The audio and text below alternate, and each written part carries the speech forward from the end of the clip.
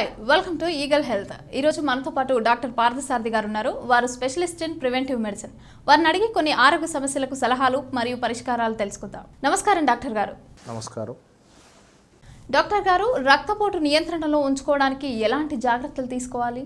మొదట ఈ high BP మీద చాలా అపోహలు ఉన్నాయి. ఇది ఒక ఇంపార్టెంట్ నాన్ కమ్యూనికేబుల్ డిసీజ్. ప్రపంచంలో ఒకప్పుడు ఈ కమ్యూనికేబుల్ డిసీజ్ అన్నది చాలా ఎక్కువగా నష్టం కలిగించినాయి. ఇప్పుడు ఈ మోడర్న్ ఎపిడమిక్స్ అంటాం. ఈ హై బీపీ, డయాబెటీస్ ఇటువంటి వాటిని మనం మోడర్న్ ఎపిడమిక్స్ అంటాం. ఇప్పుడు మనం ఈ హై బీపీ గురించి మాట్లాడుకోవాల్సి వస్తే మొదట ఇది చాలా వరకు ఫ్యామిలీస్లో రన్ అయ్యే డిసీజ్. అలాగని అదొకటే ఫ్యాక్టర్ కాదు, ఇవి మల్టీ ఫ్యాక్టోరియల్ డిసీజెస్.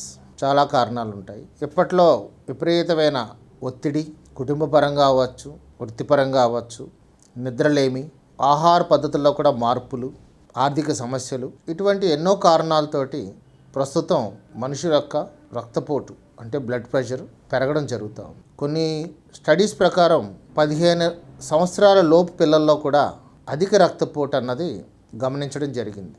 అలాగే 20 సంవత్సరాల నుంచి దీని యొక్క ప్రివలెన్స్ పెరుగుతా వయసు పెరిగే కొద్దీ చాలా అధిక స్థాయిలో మేనిఫెస్ట్ అవుతుంది.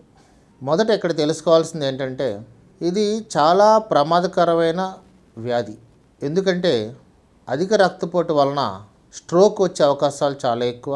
అంటే సెరిబ్రోవాస్కులర్ యాక్సిడెంట్స్ అంటాం, అంటే బ్రెయిన్ స్ట్రోక్. దీన్ని మనం సాధారణంగా పెరాలసిస్ వచ్చింది ప్రజలు వాడడం చూస్తూ ఉంటాం. ఇది ఒక్కటే కాకుండా అధిక రక్తపోటు వలన కళ్ళు దెబ్బతినడం, అంటే చూపు దెబ్బతినడం, కిడ్నీలు దెబ్బతినడం, ఇంతేకాకుండా హార్ట్ అటాక్స్ అంటే గుండెపోటు, అలాగే కార్డియాక్ ఫెయిల్యూర్, ఎక్కడైతే పేషెంట్ విపరీతమైన ఆయాసం పడుతూ ఊపిరి అందక చాలా ఇబ్బంది పడుతూ ఉంటాడు. ఇలాంటి వాటన్నిటికీ హైపర్ టెన్షన్ ఒక ప్రధాన కారణం. పెద్దల్లో అయితే systolic blood pressure 140 140 millimetres of mercury, diastolic blood pressure 90 millimetres of mercury, వీటిని కట్ ఆఫ్గా చూశారు. అంటే 140, 90 systolic or diastolic blood pressure ఉంటే అక్కడి నుంచి కూడా దీన్ని హై బీపీగానే పరిగణించాలి.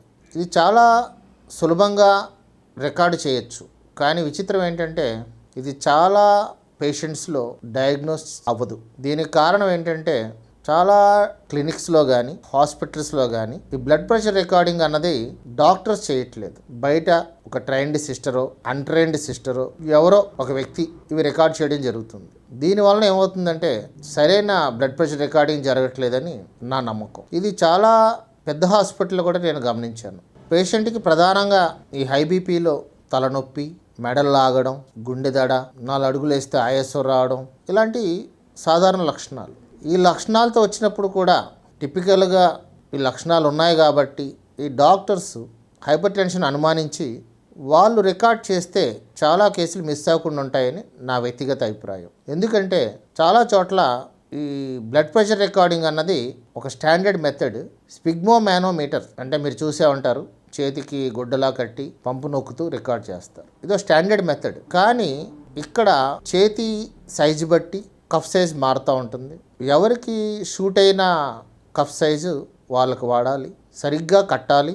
అంటే బ్లాడర్ అంటాం, ఆ క్లాత్లో బ్లాడర్ ఉంటుంది అనమాట, దాన్ని సరిగ్గా టై చేయాలి. ఆ తర్వాత రికార్డ్ చేసేటప్పుడు పాల్పేటరీ మెథడ్ అండ్ ఆస్కులేటరీ మెథడ్ అంటాం.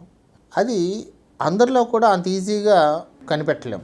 ఇది బాగా ట్రైనింగ్ అయిన డాక్టర్సు లేదా సిస్టర్సు చేయగలుగుతారు. అందువలన ఒక సింపుల్ స్క్రీనింగ్ టెస్ట్ని చాలా తరచుగా మిస్ అవుతున్నాం. సో దీనికి ఏమైనా ఆల్టర్నేట్ ఉందా అంటే డిజిటల్ మానోమీటర్స్, అంటే ఆసిలోమెట్రిక్ మీటర్స్ అంటాం.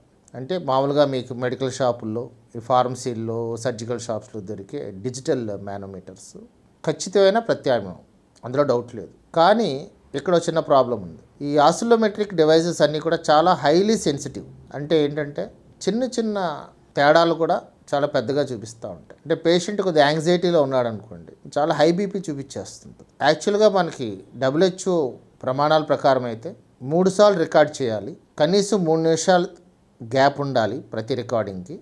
అంటే వీలైతే 10 నిమిషాలు 15 నిమిషాలు కూడా తీసుకోవచ్చు. అలాగే పేషెంట్ స్టేబుల్ కండిషన్లో ఉండాలి.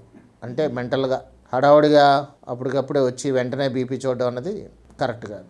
కొంతసేపు సెటిల్ చేసి తర్వాత రికార్డ్ చేయాలి. ఇవేవి పని తొందరలో ఓవర్లోడ్లో జరగవు కాబట్టి ఎక్కువ బీపీ చూపించడం జరుగుతూ ఉంటుంది. అందుకని డిజిటల్ మానోమీటర్స్ వాడే వాళ్ళు ఇంకొద్దిగా జాగ్రత్తగా ఉండాల్సి వస్తుంది. అలాగే తరచుగా వాటిని క్యాలిబ్రేట్ కూడా చేసుకోవాలి. అంటే సరిగ్గా పనిచేస్తున్నాయా లేదా అన్నది మన మాన్యువల్ స్పిగ్మో మానోమీటర్ తోటి క్యాలిబ్రేట్ చేసుకుంటూ ఉండాలి.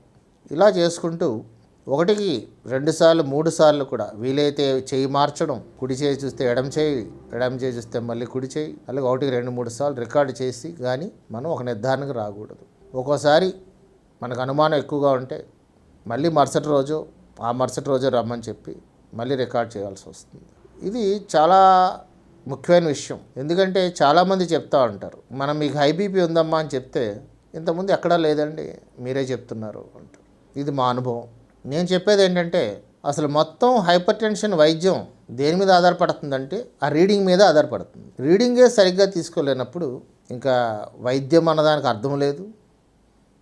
అలాగే కాంప్లికేషన్స్ ప్రివెంట్ చేయడం అనేది అసలు జరగదు. మా ప్రేక్షకుల సందేహాలకు సమస్యలకు సమాధానం ఇచ్చి తగిన పరిష్కార మార్గాలు తెలిపినందుకు ధన్యవాదాలు డాక్టర్ గారు. Thank you watching eagle health. Like and subscribe Eagle Health and Beauty.